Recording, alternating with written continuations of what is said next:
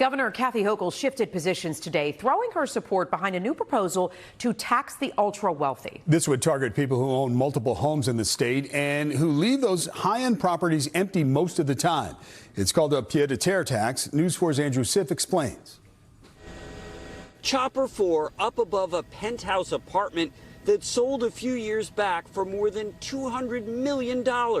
The owner, according to elected officials, is hardly ever here. They're part of our skyline, but those people are not part of our city. So today, Governor Kathy Hochul proposed a new way to get money from homeowners who don't live here. I am proposing a common sense surcharge on high-value second homes in New York City. She called it a surcharge, but Mayor Mamdani called it a tax. This is a tax on properties worth more than $5 million that are owned by people who do not reside in New York City. Both leaders supporting the new pied-à-terre tax. That's the French term for foot on the ground that typically means a place you own but don't live, impacting 13,000 homes in New York City valued at $5 million and above, apartments that are not owner-occupied. But Hochul's Republican opponent in this year's governor's race said the new tax will backfire. They're going to take their money someplace else. And that means some carpenter's not going to get a job. Some plumber's not going to get a job.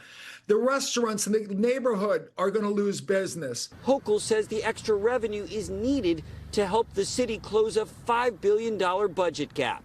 And some New Yorkers seem to embrace the idea of out-of-town owners paying more. I think they should pay taxes to the city of New York. They are using our services, police department, fire, and walking on our sidewalks. Why shouldn't they pay? Now, if this tax sounds familiar, it was proposed by then Governor Cuomo back in 2019, but it did not pass the state legislature. Now it's up to this year's state lawmakers to decide whether to include it in the budget. By the way, the typical surcharge for a pied-à-terre owner could be about $40,000. That's the latest reporting from Central Park South. Andrew Siff, News 4 New York.